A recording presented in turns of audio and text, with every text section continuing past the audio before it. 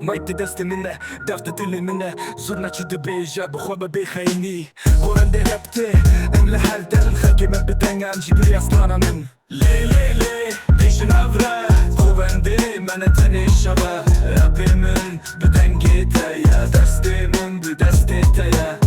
Ez di gundê me de mezin bûm Li ser axê me rap çêkirin û şewitîn Çep rast, govendê digerîn Mayce min govend dike, tu jî tevlî nêzîn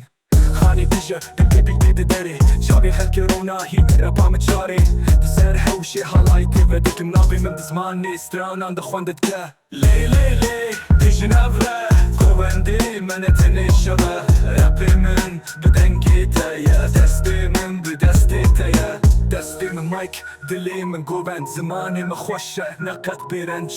Kurdî rapê halayê bi çav re Ez dibim deng, tu dibêje de bêje Navbera kev min û em têkil dikin Ji def û zurna, heta beatê digerîn Rêya me aydine bi stran û çav Govendê rapê, tu jî bêlav Lê lê lê, bêjin evre Govendê mene tenê şeve Rapê min bi dengê teye Destê min bi destê teye Tu govend bike, ez rap dibim Her ça bi çav, em hev digirin Ziman stran, govend û rap Ev şarkıya gundê bi şan bi çap